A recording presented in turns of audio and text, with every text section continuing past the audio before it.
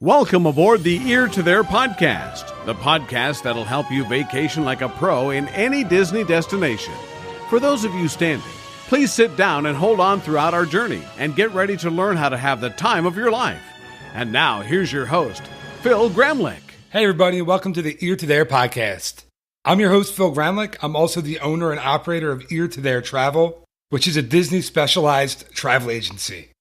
It's my job to take away the stress and the anxiety of planning a Disney trip so you can focus on the fun things like having a great time with your family and friends and enjoying the magic. And as I said last week, it's also my job to take away all that time that it takes to plan a Disney vacation. It takes an awful lot of time and effort to plan a Walt Disney World vacation. So let me take care of all of that for you, absolutely free of cost. You can find this podcast, my blog, or request a free quote over at eartotheretravel.com. So this is episode number 31 for the week of August 29th, 2016. All right, now grab a drink, grab a snack, and as a famous mouse once said, on with the show.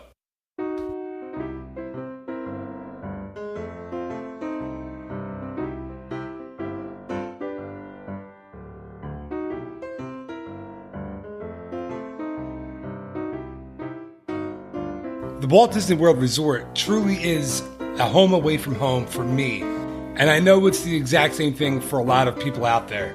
And really, we all have different reasons why Walt Disney World is our home away from home. For me, it's the memories that I've made with my wife, with my kids, with my family, with my friends in the parks and resorts. I mean, let's be honest here, I met my wife while we were both on a college program in Walt Disney World, and we were cast members.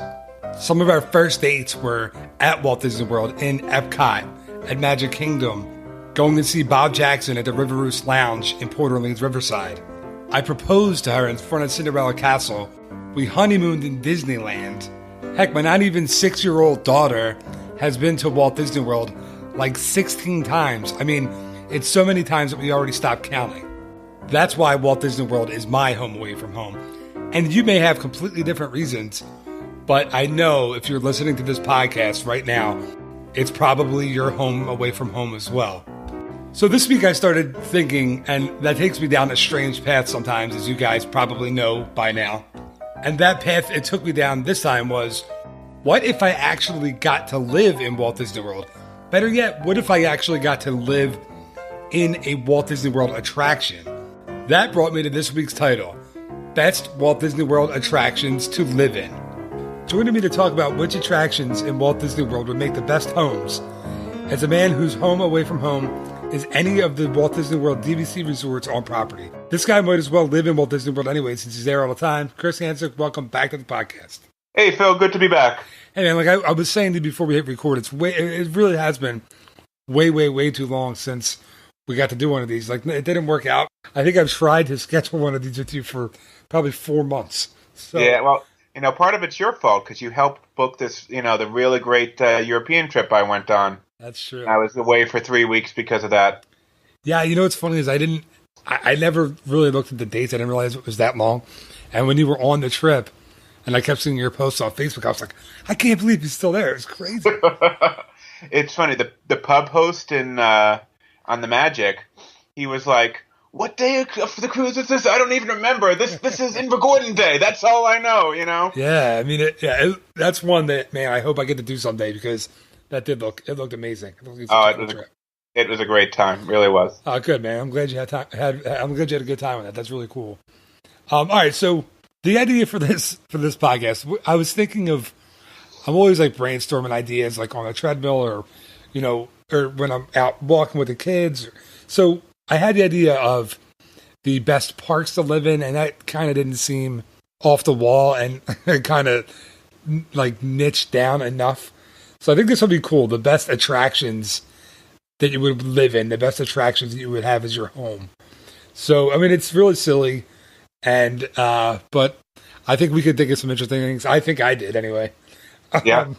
So I was completely all over the map. Like I didn't really follow any kind of logic or reasoning. I just kind of, whatever I thought of is what I went with, and then there you go. So I tried to get one from each park, but it was rough. It was a stretch for some of them. Let me see. I'm looking at mine. Let's see. 1, 2.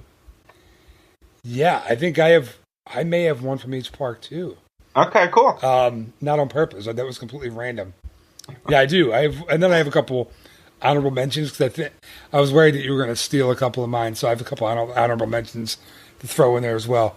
So, all right. So, since this is the Ear to There podcast, and since it's my name that on the business, I'm going to make the executive decision to go first, just because I don't want you to steal my first one. Okay, go for it, though. Is the real answer. All right. So my first one, and it's going to be obvious as soon as I say it, but the first attraction that I think would make a great place to live in is Living with the Land at Epcot. Oh my God, that was the first one I thought of. That's why. See, that's exactly why I wanted to go first. I was like, that has to be the first one you pick, right? Yeah, of course. It has to be because, listen, I mean, you're never going to go hungry there, first of all. Yeah. You have the greenhouse, all right? So you can have a giant lemon when you want your giant glass of iced tea, which is pretty sweet. Tons of fruits, vegetables, spices, like hang from the, what is it called? The hydroponics. Yeah. I almost said ebonics. Ebonics is not the right word. From the hydroponics. And you can go fishing in the tanks. I mean, it's not exactly a good sporting way to go fishing, but you could, right? I mean, you can go fishing. It works. It passes the time. Yeah, sure. And then, so then you'd also have lots, different rooms you can sleep in every night, right? So one night you could sleep on the farm. Another night you could sleep out in the rainforest. Another night you could sleep on the prairie or the desert. I mean, dude, you can't beat it. And here's my kicker, right? One of my cool reasons for this is, one of the last scenes that you kind of float on through is all the huge TV screens. Yeah. Dude, for any sports fan like you and me, you can watch any game. Like, just hook that up to cable, sit on your boat, watch any game that you want to watch while you're in high def while you're floating through your house. Imagine watching an Eagles-Giants game on all those TVs. I think. Okay, wait, I can see one better, right? Okay. Because, you said the Living with the Land boat ride, but I thought the Land Pavilion as a whole. Okay. Okay, so you didn't take it as attraction. You're going. Well, I kind of stretched it. I kind of stretched it a little bit. Okay. All right. You throw in all that other stuff you talked about, and you add in Soarin'. Right. Imagine watching Captain America: Civil War on that screen. Yeah, that would be pretty cool. Yeah. Scarlett Johansson would never look as good as on the Soarin' screen. We would be like the size of one of her nostrils or something. Yeah, that would be cool, man. Yeah, and then you have, then that opens up a whole huge list of possibilities. You have, what the heck is it called? The restaurant. No, I can't remember. The Garden Grill, and you have I can't remember either restaurant because I'm drawing a blank. The Court. Right, which has a name that we're both forgetting. Sunshine. Is it Sunshine Paris? Sunshine Seasons. Yeah. Yeah, and they have all kinds of fresh food for the the seasons, the time of year, and all that. So. And they have the Lion King show, but who really watches that anymore? Can you be honest and tell me the last time you were in that theater? Oh God, it has to be 15 years, easy. Yeah, I mean, it's been a long time for me too. My kids have never seen it, and only because I'm like, well, we have Soarin' here, which our oldest is big enough to ride it, and then now we just measured the twins, and they're both tall enough to ride. So, very cool. Yeah, I think in January we're going to do that with them. Nice. But I don't think I've been in that theater. I walk past it. Every time. It's been a long time. Yeah, you walk past it really quickly on your way down, on your way to Garden Grill, or on your way to Soarin', and then after Soarin', you swing on by Living with the Land for the, for the nostalgia factor of it. But yeah, so for me, if I had to pick the attraction, I'm going Live with the Land. I could, go for a nice trout dinner every night with my, like I said, my fresh, huge lemon with my iced tea. Be perfect. So, yeah, that's my first one. So, where are you going to go for your first one? Okay, since you made the executive decision and didn't give the guest the first choice, dude. I knew you were going to have that. I had a feeling. I'm going to go with the other low hanging fruit. Okay. And I'm going to go with an actual house. Okay. And what attraction is an actual house? I'm going to Adventureland, and I'm setting up shop in the Swiss Family Robinson house. That's on my list. Oh, there are only so many places you can live, man. Oh, wait till you see some of mine. Go ahead. Okay, I think these are the two low-hanging fruit: the land and Swiss Family. But Swiss Family, it is an actual house. You have a bedroom, you have running water, you have a kitchen, and you're going to get a lot of exercise going up and down those stairs, every day. Yeah, it's like 500 and some steps on that thing. Oh, yeah, it's. You know what? Probably the last time I did that was the last time I did the Lion King show. Really? We do it. I do it with my kids. Well, my wife has Amy has what we'll call it, like vision issues. So she's a little trouble with the stairs, and she gets really upset when people kind of rush her up and down the steps. So she doesn't really do that with us. I take the kids, through there. I've thought about taking my daughter. She's 5 on it. But I know she's going to get halfway up, and then it's going to go, carry me. Yeah, I've dealt with that, too. Yeah. Yeah, so, dude, great pick. One of my main reasons that I was going to pick this one was I was like, I could record my podcast from inside a tree all hours of the day and always have the ambient Disney sound behind me. And you know what? What little kid growing up did not want to live in a treehouse? Right? Yeah, I always wanted a treehouse, but I grew up in Philadelphia and didn't really have a yard or a tree, so I couldn't get a treehouse. But I always wanted one. I had a swing set that in my backyard, and my yard was so small that if you swung too high on a swing set, it would smash your back into the fence. So we didn't have enough room for a treehouse. But yeah, and dude, you have the easy walk right from the treehouse to go get a Dole Whip, right? Or you can go have lunch at Skipper Canteen. And Jungle Cruise is your next door neighbor, pretty much. So, and that would be awesome. Anytime you're feeling down, you need a good laugh, just wander over to the Jungle Cruise, and you'll be laughing right after. Now, I know you listened to the podcast a little bit. Did you hear the one where Chuck Rodriguez said he was going to... If he would take out the Jungle Cruise if he had the opportunity, he said he would take out the Jungle Cruise and the tiki room. That's just sacrilege. That's what I said. It's blasphemy. You can't do that. Chuck, if you're listening to this, Chris agrees with me. That's a rookie weak move by you. You can't take the Jungle Cruise or the tiki room out of. What would you have if you took the Jungle Cruise and tiki room out of Adventureland? Aladdin, wee! Again, ruining the landscape of Adventureland since the 90s, or was it 2000s, whatever year it was. You still have pirates, but wouldn't be much of a land without Jungle Cruise. That's true. All right. So, okay. Now that you took my... we both stole one from each other. Now this is going to be a really short podcast. Okay. All right. So my next one, I'm getting out of Magic Kingdom, and this is where I said, this is why I had no rhyme or reason to mine whatsoever. Going over to Hollywood Studios. And you might be like, well, where are you going to go? Because there's anyway, Great Movie Ride is where I'm going in Hollywood Studios. Here's why. Okay. First, I always thought as a kid, it'd be really cool to be a movie star, right? Mm-hmm. So riding on the Great Movie Ride is pretty much as close as I'll ever get to being in a movie. And think about it. You could sleep, right? You get a sleeping bag. It's your house. You get a cot or an air mattress. You can sleep in a different movie every night. So one night you're, sleeping on the streets of Chicago in a gangster scene.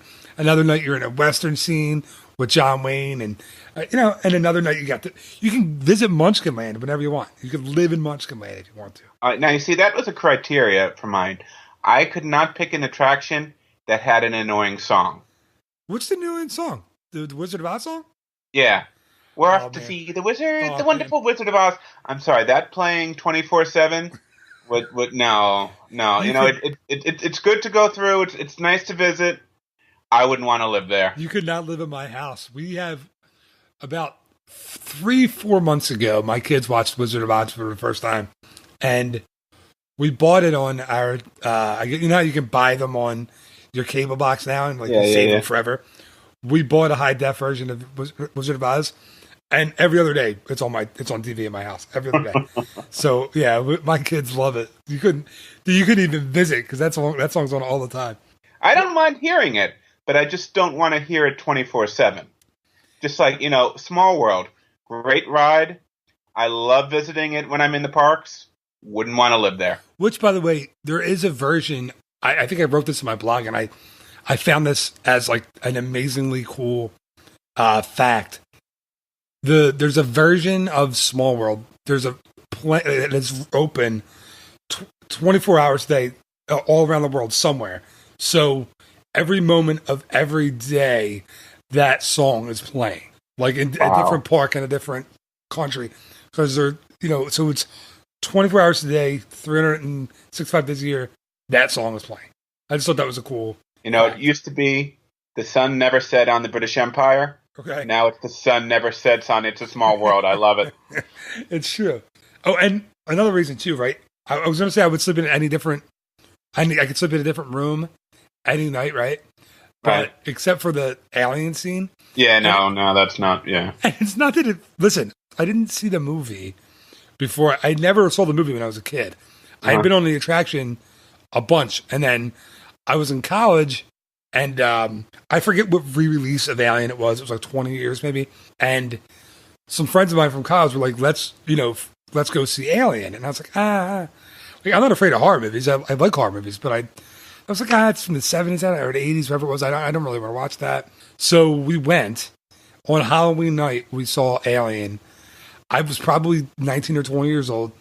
I've never been that scared in my life. That movie, in the movies, scared the heck out of me, man. I was so, and I'm never like another movie that had that effect on me was Paranormal Activity. That was like that weird, like you don't see. Yeah, it's the suspense, not the horror. Yeah, exactly. It's the moments like Jaws. It's the moments that you don't see anything happening that freak you out. So the alien scene would freak me out too much to sleep in there. But two last reasons for this one. One. Another because I'm a sports fan, this huge movie screen at the end of the attraction playing. I could hook my Xbox, my PlayStation up there and play Madden and just enjoy every single night. Grab a couple of adult beverages, get some nachos, play Madden in there after the park closes. I think that'd be pretty awesome. That is pretty cool. Yeah, and I'm very much a grown up. As you can tell, I'm very adult. My reasons are I can play video games on a big screen. And the other one is kind of a serious reason, but not really. So it's actually, that attraction was used at the hurricane shelter a few times. Okay. When a couple of the big hurricanes rolled through, cast members would kind of hold up in air. So I feel like I'd be safe because there's a lot of hurricanes that come through Central Florida. So it's protected. It can withstand hurricane force winds. So there you go. That's why I would pick it. What's funny is I'm scrolling down my list now, and I see Swiss Family Treehouse is my next one. I'm like, darn. All right. So you're up for your next one, Chris. Okay, I'm going to stay in the studios with you, but I'm going down Sunset Boulevard. And you know what? I'm going to the Hollywood Tower Hotel. Nice. I didn't add this one on my list. Okay. Now, apart from the occasional screaming, and the couple of ghosts that are living there, I think that it would be a fun place to live. I mean, think about it, okay? You have different floors, you have, so there's different special effects you can enjoy, whatever. But I mean, think of the views, man. You only get that view for a split second when that door opens and you're on the ride. But from there, you can see Animal Kingdom in the distance. You could probably see most of the nighttime fireworks shows higher than, than they actually shoot them off. You'd be looking down at the shows, which would be cool. And it is a hotel. There has to be a bed in there somewhere that's comfy. There's got to be, man. It's 13 stories. I mean, somewhere there's a comfy bed in there, and I mean, there's the Tip Top Club up top when you want a little bit of entertainment, and you can stroll through the gardens, and the creepy bellhops are always good for a little bit of company. I love the bellhops in there. I love when they're great. When I was a CP, one of my roommates was a bellhop one year, and they just had the best time. Yeah, there was I forget his name. There was a guy that worked there. And I don't know if he works there anymore. He was in all the Disney commercials.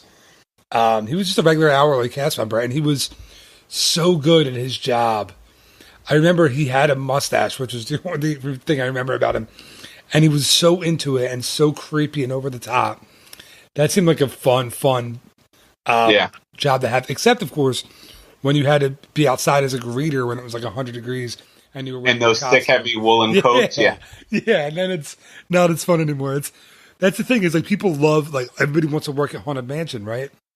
But do you want to work there when it's August or July and it's 95 degrees and 95% humidity and you have to wear that jacket out there? Listen, I don't think you do. I spent an entire summer in Epcot Outdoor Foods in a nut wagon, Phil, in 2000.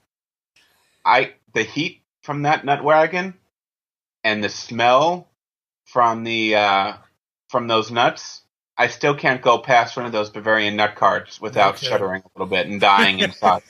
I had a friend that did that in college program 97.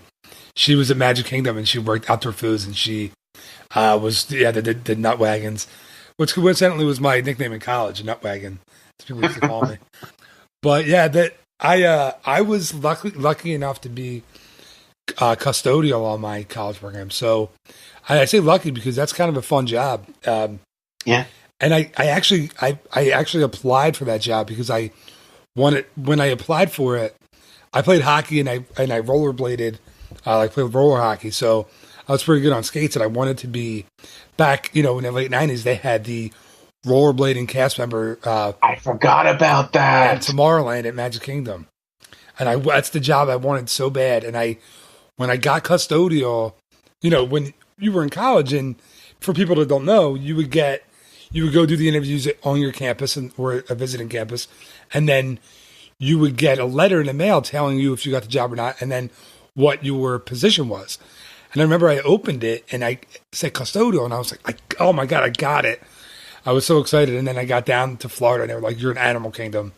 But it was except for the weather that summer, which was, as you know, in Animal Kingdom in the summer, it's at least 10 to 15 degrees hotter in that park than the other parks. I was a glutton for punishment. I did the college program 3 times. Oh, wow. Wait, so you did what? The first summer I was actually in Animal Kingdom in 99. Okay. And when they first opened up the park, there were not enough water fountains. So they had 2 places where they gave out free water. Yeah, I remember. I was there in 98. I was at college program 98, so yeah, I remember that. Yeah. One was going across the bridge to Camp Mini Mickey, right, and one was in Dino Land. So technically I worked at Restaurantosaurus, but really 6 days a week I was at that watering station. You were the water boy. I was the hydro technician, sir. Thank you. That's a good one, man. Well, I didn't realize you did 3 college programs. That's cool. So you were on a college program with a few friends of mine. A friend of mine who actually, because you were talking about Tower Terror, a couple of things about that, because I always tend to go off on these tangents on this podcast. I'm sorry. But you were saying the views of Tower Terror. A friend of mine who at the time was a manager on Sunset, and he had, a Rock and Roller Coaster, Tower Terror, Beauty and the Beast. He was an attractions manager. When I was down for a visit, he and I went up into, we were walking across the Hollywood Tower Hotel sign. Oh my God, that's so cool. After the park had closed, we got to go up there, and I'll tell you what, I'm not a heights guy. Heights freak me out, so I was a little freaked out by it. But yeah, the view, once you get to stand up there for a little while, is very, very cool. But yeah, dude, it's really cool about the college programs. Did you say hydro technician? Hydro technician, yes. Right. Summer of 99. All right, well, what's funny is that I'm going to go to my next one because it kind of fits in perfectly with what we were talking about with Animal Kingdom. Okay. Because it's actually in Animal Kingdom. And this one may not make sense at all, but just go with me and we're going to just, let's see how it works out. I'm going to go with Kilimanjaro Safaris for my next one. So you want the lion to eat you? Well, here's the deal, right? I don't know how much sleep I would get on the vehicles, right? Right. I don't know if you could if you're out on the safari, on the savannah. Could you sleep in a vehicle knowing that you could wake up and there could be a giraffe's head in there or a rhino poking around. I probably couldn't. So instead, I would set up my air mattress or my cot in the safari office. All right, it's safe. It's in the queue. It can get a little hot, I'm sure.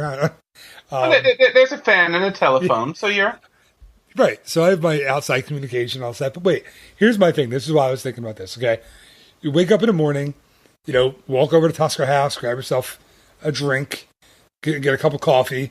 Then, as the sun's coming up, you take the safari truck out by yourself, get to see your own little private sunrise safari, which they don't offer anymore anywhere. You get to drive around a little bit, see the animals, and it's your place, right? That's where you live. So you can kind of, before the park opens, you put your feet up on the steering wheel, drink your coffee, watch the animals walk by. It's kind of like living at Animal Kingdom Lodge, which might be safer. I think it would be a little safer, but I'm with you. That's cool, you. Right? And so I really think I'd end up becoming like an animal expert, right? Like I'd be watching these animals all the time. I think I could probably, I'd be observing behaviors and patterns and like migrations. I think I'd be like in like 6 months tops, I'd be an animal expert. But, as I said, like I was trying not to laugh.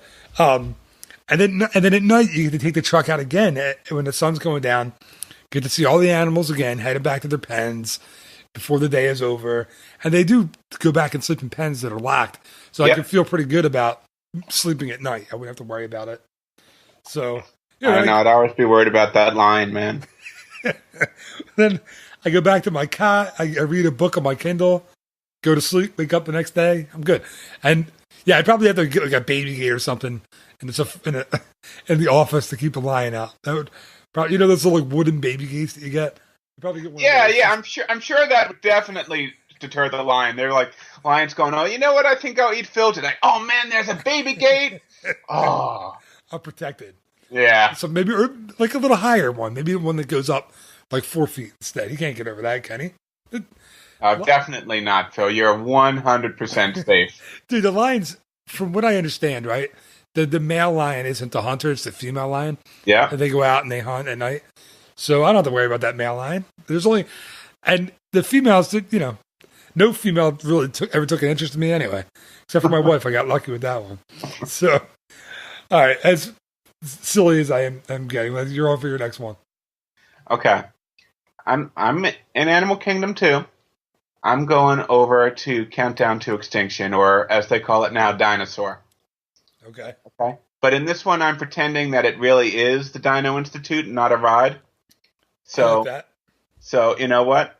You're living at a place. You have a pet iguanodon. That's cool. Works for me. You have a time machine, so you can go back. You can stop Disney from implementing Magic Bands and Fast Pass Plus because we know God knows how much money they poured down that hole. And I really think that would be a way to, give a little back to Disney. Not that we haven't given them tons back already, but it's cool. It's sciencey. You have Restaurantosaurus right next door. You have Chester's and Hester's on the other side. You have the Cretaceous Trails right outside. So there's lots of stuff you can do in the immediate area. Right. And you have a time machine, so you ever want to see anything, you can just go there. So I'm just going to go out and say really quickly, if Disney's listening, the Magic Bands are a fantastic idea. I love them. I love planning trips. I love the Fast Pass system. Everything's fantastic. Oh, no, Fast Pass Plus I like. Yeah, I know. I'm just saying. Just please book a trip. If you're going to book a trip, don't call Disney. Call me. I like the time machine idea. I'm into that. Kind of like your own little DeLorean, but it's a time rover. But yeah, listen, man. I was bummed. The only reason I might disagree with this one a little bit is when Restaurantosaurus took off the mac and cheese hot dog from the menu. Because I'll tell you what, and I'm not a big hot dog fan at all. I rarely eat them. But I got that a couple of years ago, and I loved it, and I went back last year, and it was gone. And I was so upset that I couldn't get the mac and cheese hot dog. I love that Disney takes risks with that kind of thing. Like, yeah, the mac and cheese hot dog, the I love again, this is going off on a tangent again, but the waffle sandwiches at Sleepy Hollow, I'm so bummed when they got rid of them. Yeah, I was a little upset about that. Now it's just like kind of cheeseburgers and stuff in there. And I mean, when I worked there, was based out of there, it was pretty much a McDonald's. I mean, yeah. Everybody got a Happy Meal toy too. I think I still have some of them somewhere. Oh, that's cool. Isn't that weird though? That's a weird thing. Like thinking about it, McDonald's was such a presence in the parks for a while, but yeah, it's weird. And then I love the trivia question in Dinosaur Countdown to Extinction. Dinosaur, the yellow, red, and white pipes above your head that are like ketchup, mustard, and mayo. They have like the compounds. Oh, that's pretty cool. Do you know what I'm talking about? You know what I'm talking about? Oh, this is cool.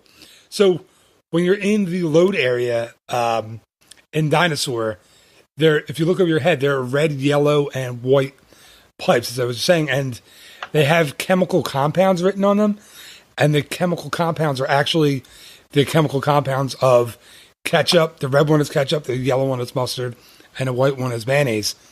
And the reason they're there is because McDonald's originally sponsored that attraction, and that's why they're in there. And they kind of just left it when McDonald's lost the sponsorship. So if you go into Dinosaur and you look above your head, right when you get into the load area, you'll see the red, yellow, and white pipes. Pretty cool. And I just thought of another good reason to have a time machine. Why is that? So I can go back in time and move into the Land Pavilion before you do. That is a good reason. All right. I forget now whose turn was that? That was you, right? Yeah. Now it's me. Yeah. All right. Yeah. So now because we both stole one of each other's, I have one main one left, and I have like two honorable mentions. But I'm gonna go with we'll go with the main one. So I am leaving Animal Kingdom, heading over to Epcot, and going to Future World and the Seas with Nemo and friends. After we decided on a topic, I was like, man, there's not many places where I can live in Walt Disney World. But this one's good because it's always, for some reason, it's always freezing in that pavilion. Yes. Like freezing in there. And this is, again, I was giving you a hard time for picking a pavilion before. And I'm going to go with the whole pavilion because the attraction I know is just kind of but the only way to get, I know you can walk through the exit to get into the pavilion as well, but really to get into the pavilion, you ride the ride first, and then you can do Turtle Talk with Crush and see all the fish. So I'm counting the whole pavilion as one.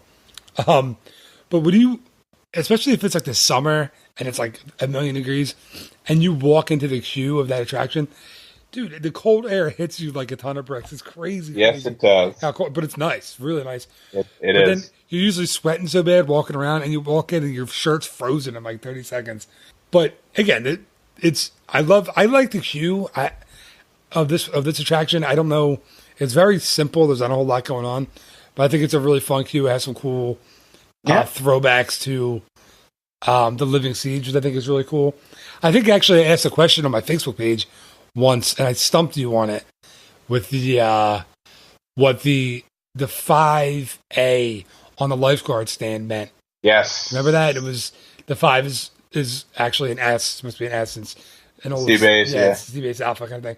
Anyway, here's the deal. I can live here because I can sleep in a Clammobile when the attraction shut down. That's easy. I'm not a very big person. I can kind of cram myself into that little bench to sleep.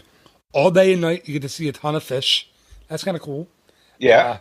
I had to figure out which ones are edible and which ones aren't so I could eat.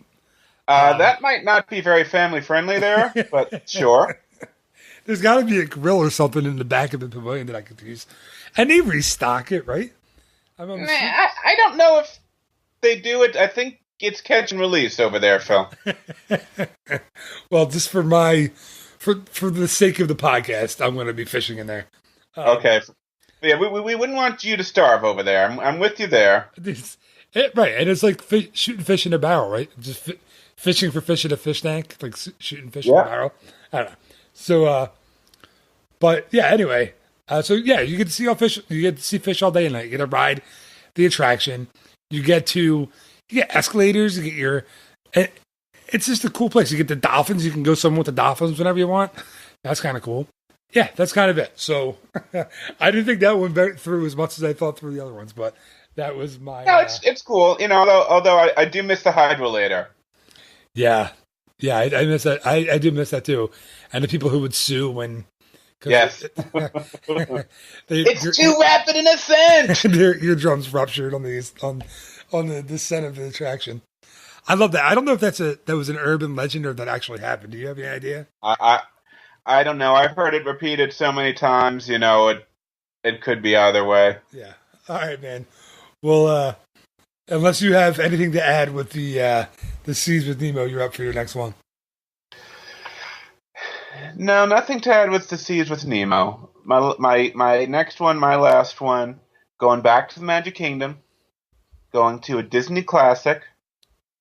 I'm going to Carousel of Progress. Nice. I actually thought about that one. Okay. It does break the song rule that I had, but it's a catchy tune. It is. And once again, I'm imagining some of the things are real in it, whatever. So you're always going to have company because that family never leaves. There is a dog for you to play with. True. So that's good. And then depending upon your mood, you can be in a different era of time. You're feeling things a little simple, just want to relax. You go back to the turn of the century. And you still have fans, you still have snap-on electric lights, so you can read at night and things like that. And then you want things, a little bit more modern. You can have whatever decade that's supposed to be now with, your big screen TV that you can play your VR games on and everything in between. And you know what? You have Uncle Orville right there. Always good for a laugh. You gotta love him. And so it's like the Bizarro 2000s. Is that? Yes. It's the weird dimension where. Yeah, that really needs an update. I love it, but it could use a little bit of TLC at the end there. I know, and what's funny is you never know what they're going to do with what. Well, that's always I think the argument with Imagineers with that one is what do you do? Do you make it futuristic? Do you make it current and then have to keep changing it every couple of years? It's kind of a it's. Well, if I was going to say they finally did put a flat screen TV in there. Yeah, but I think that even looks outdated at this point, doesn't it? Yeah. Compared to the new stuff. Yeah, that's exactly the reason why I was going to put it on my list was you had the full list of rooms, right? You have kitchen throughout the decades. You have bedrooms. You have a basement. You have bathroom. So you're living pretty comfortably. Rompus room. Don't forget the rompus room. The rompus room. Right. You're living pretty comfortably in whatever time you want to live in. And then, and it's got a rotating theater. So that's kind of cool. Yeah, the only reason I didn't use it, I was well, I can't say enough about it. But then again, there's the Living Seas where I barely had anything to say. So, all right. So I had a couple honorable mentions, and they're very kind of thin, but here's what I had. Walt Disney World Railroad, I had because of, the rocking back and forth on the railroad. If I needed to take a nap in the middle of the day, perfect. I could sleep on there pretty easily. I can count all the train stations as different rooms because they're all part of the attraction. So I'm with you. Yeah, so I'd have different rooms to hang out in basically all the time. I think that'd be pretty cool. And you get a really awesome view of the park whenever I wanted since it's my house. And my other one, I'm surprised you didn't say this one. Enchanted Tales with Belle, because there's an actual cottage you can live in. You have Maurice's cottage there. So that's good. I like that. So, and right next door is Gaston's Tavern, so you can go next door.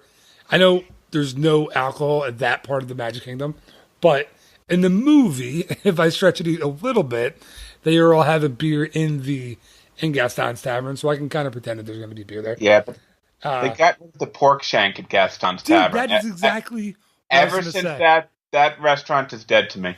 That's exactly what I was going to say. It's the next thing I was going to say was too bad the pork shank is gone. Yeah. But now they have a stew, I guess, which... Yeah, I haven't tried it. I'm sure it's okay. I know. You know what, dude? Me and you, we're on the same level here. They get rid of the good food. You get mad. Like, get rid of the jalapeno cheese pretzel. Why did they get rid of the jalapeno cheese pretzel? Okay, I'm still mourning the loss of something that I haven't seen there for 15 years. They used to have a dessert, a brownie with chocolate chip cookie dough on top. Where was this? They had it in a couple of places, all like in the 1990s. I know it was at Restaurantosaurus. They had it at the studio somewhere, I think at the back lot. And I'm pretty sure they had it at least one place in each park. And that thing was amazing. Yeah, man, I'm a sucker for cookie dough anything. I love that stuff. I love the, like, dude, when you go to the movies and get those little cookie dough bites, oh, those are awesome. I still miss that and the chicken fingers. Long may we remember them. Yeah, dude. You know what? There's so many. We have to do. That's what we have to do. Foods they never should have gotten rid of podcast next. Because I've done the attractions. They like the why did Disney get rid of blank attractions episode? Dude, that's what it should be our next episode. Why did Disney get rid of certain food items? I should stop talking right now because I think I can list like 10 off the top of my head. Easily. Yeah, man. So, all right, well, this is fun. Even though, once again, I always go off on, 30 different topics, and I hope I don't drive people nuts on these episodes, but it was a lot of fun, man. Thank you for coming back on, and we got to do it way sooner than we did, this one, because it was we had like 25 episodes since the last time you were on. Well, unfortunately, I don't have another 12-night European cruise booked in the near future, so hopefully it will be a little sooner. Dude, you know you have like 6 of those coming up. Not European cruises. You are the cruise master, I have to say. All right, man. Well, thanks again for coming on. I really appreciate it. This is a lot of fun. And yeah, we'll do another one really, really soon. Okay, cool. Thanks, Phil. Thank you.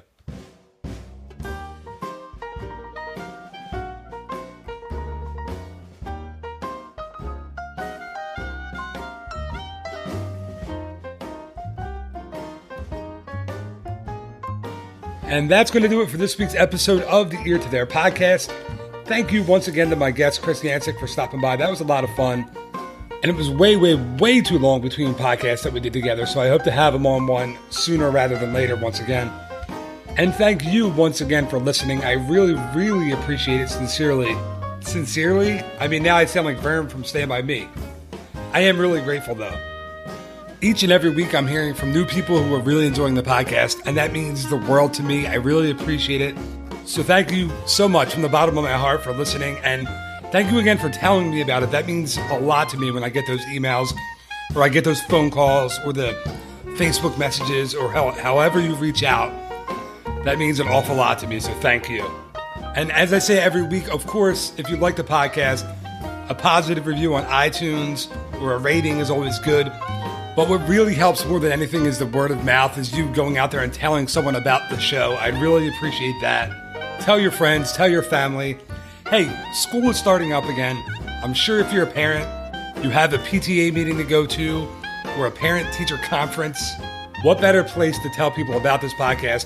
Go tell the parents of kids who are going to take their kids to Disney anyway. I mean, here's a podcast from a guy who not only loves Walt Disney World and Disney, but he can also help plan your trip absolutely free of charge. I think that's a pretty good tip to share with somebody, so thank you ahead of time for that. And just remember, there will be a new episode of the Ear to There podcast each and every Monday morning. And there will also be a new episode of the Ear to There Word of the Week podcast each and every Wednesday. So keep a lookout for that one as well. And since I still don't have a sign-off, I'm going to have to go with the old standard. Thank you again so much for listening. Until next time, have a great week. Bye-bye.